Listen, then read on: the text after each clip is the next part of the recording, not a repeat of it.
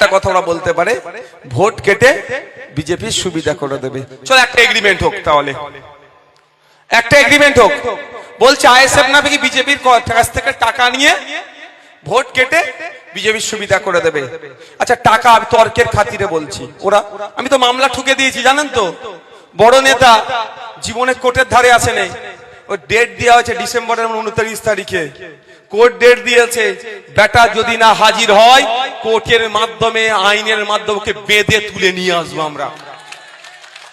ঠিক আছে, 30 কোটি টাকা নাকি আমরা নিয়েছিলাম এ কথা বলেছে। আমি ভাই ওই খিস্তির বদলে খিস্তির জবাব আমি দিতে পারি না, চোখের বদলে চোখ নিতে হবে, ওই রাজনীতি আমি করি না, তাহলে পৃথিবীতে তো সবাই অন্ধ হয়ে যাবে।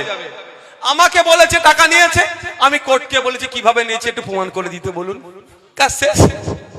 আমি যদি টাকা নিয়ে থাকি তো প্রমাণ করে দিই। এবার আপনাদেরকে বলে যাই, আমাদের বিরুদ্ধে তৃণমূল কিচ্ছু বলার নেই জায়গা, কোনো কিছু বলার জায়গা নাই, শুধু মিথ্যাচার ছাড়া। সেই মিথ্যাচারটা কি? বিজেপির কাছ থেকে টাকা নিয়েছে, বিজেপির সুবিধা করে দেবে। আচ্ছা তাদের কথা আমি ধরছি সত্য, তর্কের খাতিরে টাকা নিয়েছে, আপনারা কি দেখেছেন? দেখেননি? তাহলে আপনারা দেখেননি, তারা জানতে পেরে গেল। আমি টাকা নিলাম না, তারা জানতে পেরে গেল। তাদের সাথে বিজেপির কত ভালো সম্পর্ক, তার মানে আমি টাকা নিলাম না, তারা জানতে পেরে গেল। চলো তার সাথে নিশ্চিত হবে খুব ভালো সম্পর্ক। এই আমলিয়াটা কোন বাজার? চাঁদপুরে। আমলিয়া চাঁদপুরে এসে আমি এখানে একটা কথা দিয়ে যাচ্ছি, আমি প্রকাশ্য বলছি, আমার দলের ওয়ার্কিং প্রেসিডেন্ট, রাজ্য কমিটির নেতৃত্ব, এখানকার বিভিন্ন নেতৃত্বরা আছে, এখানে আমি একটা প্রকাশ্য কথা দিয়ে যাচ্ছি, তাদেরকে বলুন টাকার অ্যারেঞ্জমেন্ট করতে, গোপনে টাকা নেবো না, প্রকাশ্যে নওশাদ সিদ্দিকী টাকা নেবে। ভয় লাগছে নাকি? ভয় লাগছে নাকি? তবে হ্যাঁ একটা শর্ত দেবেন। শর্তটা কি?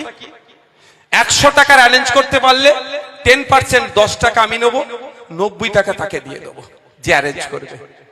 অসুবিধা আছে? পার্টি চালাবো রে ভাই।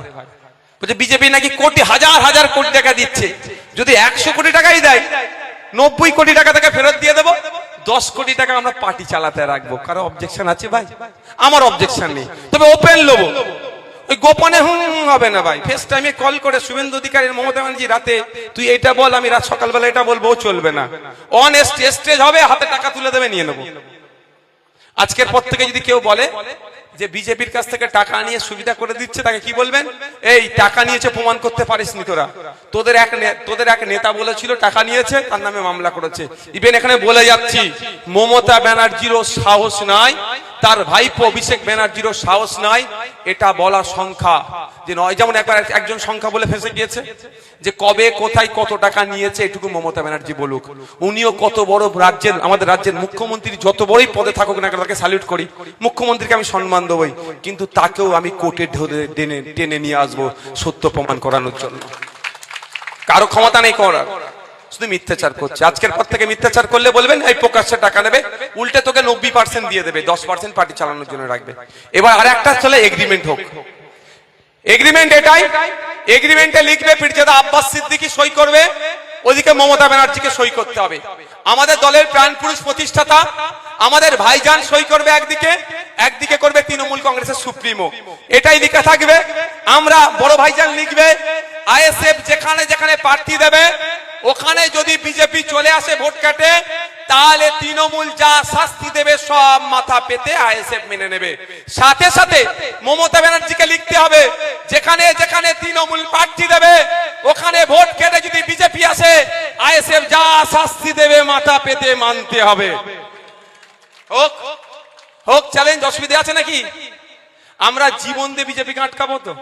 এই কারা কারা? আমি তো রাজি আছি, প্রয়োজনে জীবন দিয়ে দেবো বিজেপিকে আটকাবো। রাজি আছেন তো আপনারা? তাহলে আমাদের যদি, আমরা যদি টাকা বিজেপির কাছ থেকে নিয়ে রাখি বিজেপিকে আনার জন্য, তাহলে সই করতে ভয় লাগবে আমার। আর মমতা ব্যানার্জি তার ভাইপোকে কি হলো স্যার? আচ্ছা আচ্ছা, মমতা ব্যানার্জি তার ভাইপোকে, তার দলের লোককে, ওই চালচোর জানেন তো নাকি, হ্যাঁ জেল খেটে এসছে একবার, তাদেরকে বাঁচানোর জন্য যদি না সই করে, আপনার মনে হয় মমতা ব্যানার্জি সই করবে? আমি তো এখানে এসে চ্যালেঞ্জ করে গেলাম, এগ্রিমেন্ট হোক, একদিকে পীরজাদা আব্বাস সিদ্দিকী সই করবে, অপরদিকে মমতা ব্যানার্জিকে সই করতে হবে। আইএসএফ এর ভোট কাটাকাটিতে যদি বিজেপি আসে, যা শাস্তি তৃণমূল দেবে মাথা পেতে নেব, কিন্তু তথ্য 2021 সালের তোলা আমাদের কাছে আছে।